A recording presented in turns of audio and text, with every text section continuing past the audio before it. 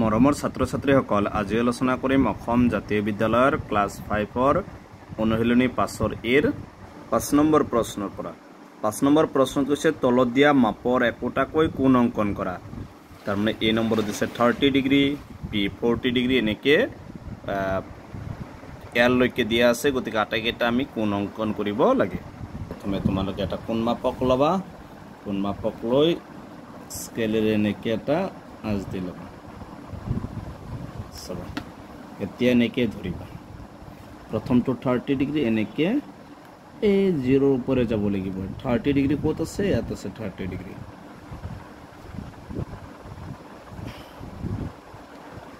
গতিকে এনেকে 30 ডিগ্ৰী আমি যেখানে আছিল এখানে আমি সংযোগ কৰিম চাবা এই কোণটো হৈছে আমাৰ কিমান 30 ডিগ্ৰী এটা হৈ গল তাৰ পিছত তোত আছে কিমান 45 ডিগ্ৰী বি নম্বৰত আছে 45 ডিগ্ৰী এবাৰ চাবা প্ৰথমে আগৰ নিচিনা এটাকে এনেকে এটা ঘৰ বনাই লবা এটা এদিকে এটা আজ দিলে এই আজটো চাবা একদম মূৰত লৈ তাৰমানে এখিনি একদম এইটো আজত কৰিব লাগিব 45 কত আছে 40 আৰু 50 ৰ মাজত এখিনি মানে এখিনিলৈকে এনেকে সংযোগ কৰি দিবা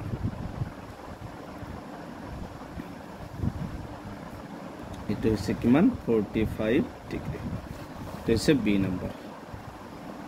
সি নম্বৰ প্ৰশ্নটো দিয়া আছে 40 ডিগ্ৰী সি নম্বৰ দিয়া আছে কিমান 40 ডিগ্ৰী চাবা তো নিচনা এটা স্কেলেৰে এনেকে আজ দি লবা এবাৰ চাবা তো এনেকে লবা একদম মাজত দি লবা এতিয়া আছে 40 ডিগ্ৰী এটা হচ্ছে 40 ডিগ্ৰী চাবা এই যে চিন দিয়া আছে কলমেৰে ইয়াৰ লগত সংযোগ কৰিবা তোমালোকে কাট পেন্সিল ৰাখিবা কোনকেটা এনেকে সংযোগ কৰি দিবা এটো হৈছে কিমান ডিগ্ৰী কিলো আমি 40 ডিগ্ৰী এটো হৈছে সি নম্বৰটোৰ आंसर ডি নম্বৰত দিয়া আছে 70 ডিগ্ৰী তো এটা প্ৰথমে টাচ দিলোৱা এবাৰ চাবা এটো মাজত দিলো এইভাগ একদম 0 ৰ উপৰে দি যাব লাগিব এটা সবা 70 ডিগ্ৰী কত আছে একটু ঠিক এইটো এনেকে আমি 70 ডিগ্ৰী টু সংযোগ কৰো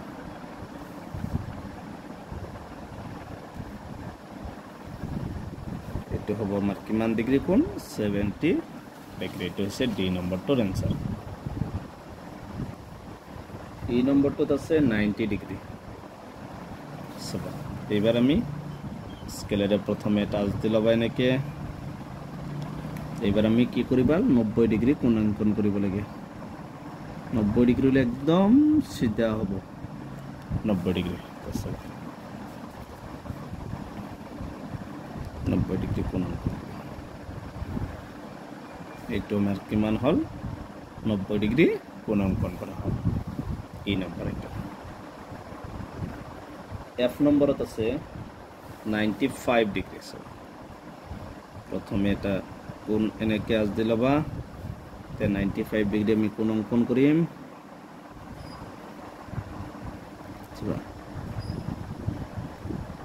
এইটো হৈছে 90 ইয়াত 90 কৈ 5 বেছি মানে 95 এক নম্বৰত কিমান আছে 95 ডিগ্ৰী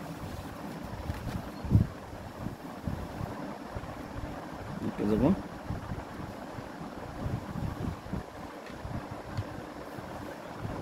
টেক্সি কিমান 95 ডিগ্ৰী টেক্সি এফ নম্বৰটোৰ आंसर জি নম্বৰত আছে 120 ডিগ্ৰী এৰ আছে 120 ডিগ্ৰী চাবা এতিয়া 120 ডিগ্ৰী কোণটো অংকন কৰিম 110 120 এটো 120 আছে গতিকে ইফালে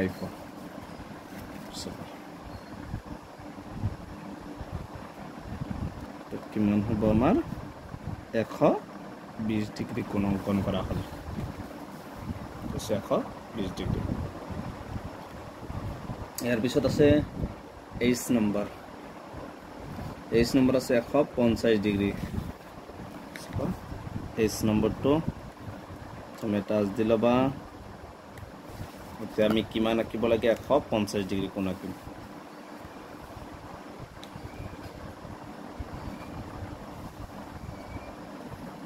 এইটো 130 এইটো 150 চাবা ফলে দি যাব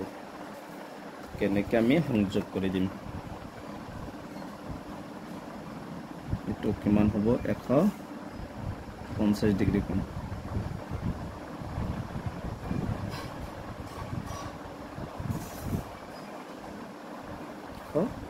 ডিগ্ৰী এইটো হৈছে H নম্বৰটোৰ এনসাৰ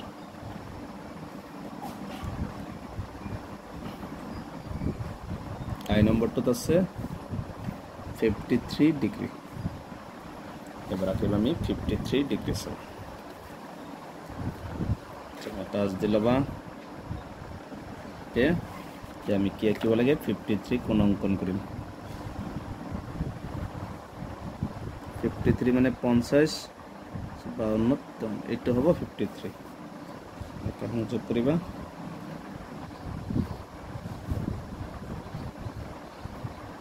তো সে 53 ডিগ্রি এবার আছে যে নম্বরে আছে 82 ডিগ্রি যে নম্বরে 82 ডিগ্রি আছে সবা প্রথমে তাই করিবা 82 ডিগ্রি কোণ অঙ্কন করো 80 সবা 80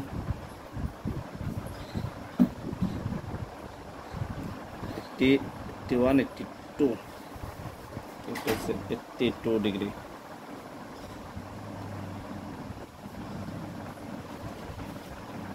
কিমান হ'ব আমাৰ 82 ডিগ্ৰি কোণ এইটো হৈছে যে নম্বৰটোৰ আনসাৰ এই নম্বৰত আছে 135 ডিগ্ৰি সব প্ৰথমে এটা কি কৰিবা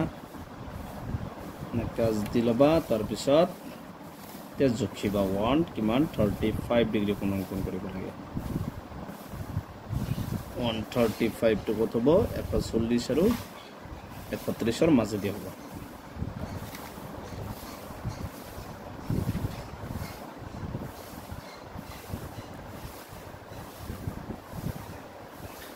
তো হবো 135 ডিগ্রি এটা হচ্ছে কে নম্বরটার आंसर এল নম্বরত আছে 121 ডিগ্রি এল নম্বর আছে বা এইটো এটা এলটিএস এর করার নাম আছে একটু মাজত লবা 121 ডিগ্রি মানে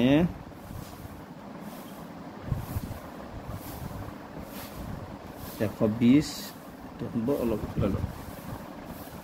একটু মাজত লও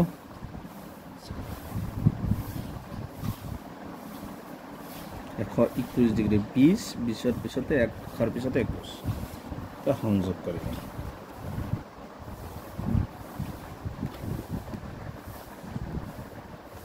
এটা হচ্ছে কিমান আমার 121 ডিগ্রি এইটো হচ্ছে এল নম্বৰটোৰ आंसर গতিকে পাছৰ আটাইকেইটা কোৱেশ্চন সমাধান কৰিলো গতিকে তোমালোকে ভিডিওটো লাইক কৰিবা চেনেলটো সাবস্ক্ৰাইব কৰিবা থ্যাংক ইউ